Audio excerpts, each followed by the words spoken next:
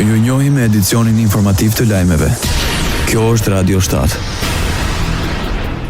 Kryeministri i Maqedonisë Severiut Istra Meskovski paralajmëron se nuk do të ketë zgjedhjet parakohshme parlamentare. Në një intervistë televizive, Meskovski informoi se mund të shkohet vetëm në zgjedhje të rregullta. Opozita shqiptare ka vijuar kërkesat e saj për zgjedhjet parakohshme, shkakër se shumica në pushtet nuk ka legjitimitetin e nevojshëm për qeverisur dhe se nuk përfaqësojnë interesat e shqiptarëve të Republikës Maqedonisë Severiut. Për këtë arsye, kreu i BDI-s Ali Ahmeti ka kërkuar një tryezë me kryeministrin e vendit.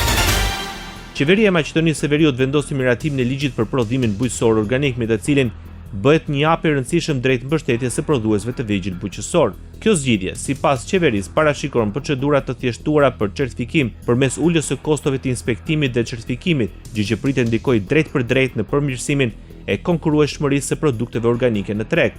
Krahas asaj synohet të përmirësohet dhe korniza ligjore, duke përmbushur një tjetër detyrim nga procesi antarësimit në Bashkimin Evropian. Përforcojnë radhët e ushtrisë Maqedonisë Severiut. Këtë vit ushtria do të pajisë edhe me 42 mjete luftarake të tipit Striker, të blera nga Shtetet e Bashkuara të Amerikës. Në mbledhjen e Komisionit për Mbrojtje dhe Siguri u shqyrtua informacioni lidhur me nevojën për blerjen e 42 mjeteve të lehta të blinduara të tipit Striker të nënshkruara mes qeverisë së Maqedonisë Severiut dhe SBA-s. 17 prej këtyre mjeteve kanë bërritur në një nga portet e Greqisë. Radio 7, zëri pozitiv i qytetit. Zyra e Rregullatorit të Energjisë në Kosovë shtyn afatin për dorëzimin e aplikimeve të operatorëve të sektorit energjetik në procesin vjetor të shqyrtimit të tarifave. Afati i ri është caktuar për në datën 28 janar, pasi kompanitë ende nuk i kanë kompletuar dokumentet. Vendimi për tarifat e reja pritet të merret përpara fundit të marsit, ndërsa ato do të hyjnë në fuqi më 1 prill.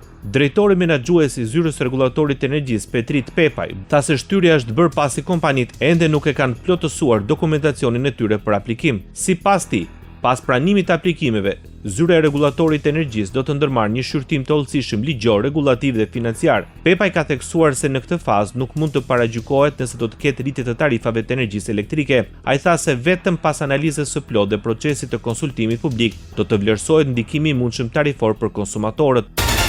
Lakja e shpejtë e popullsisë dhe emigrimit të rinjve në moshë pune është kthyer në sfidë serioze për ekonominë shqiptare. Shqetësimi është ngritur nga guvernatori i Bankës së Shqipërisë Gen Seiko.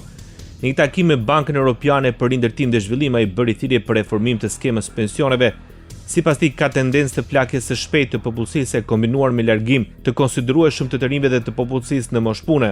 Regjistrimi i popullsisë i vitit 2023 evidenton rreth 2.4 milion banor, afërsisht 1/3 më pak krahasuar me vitin 1990.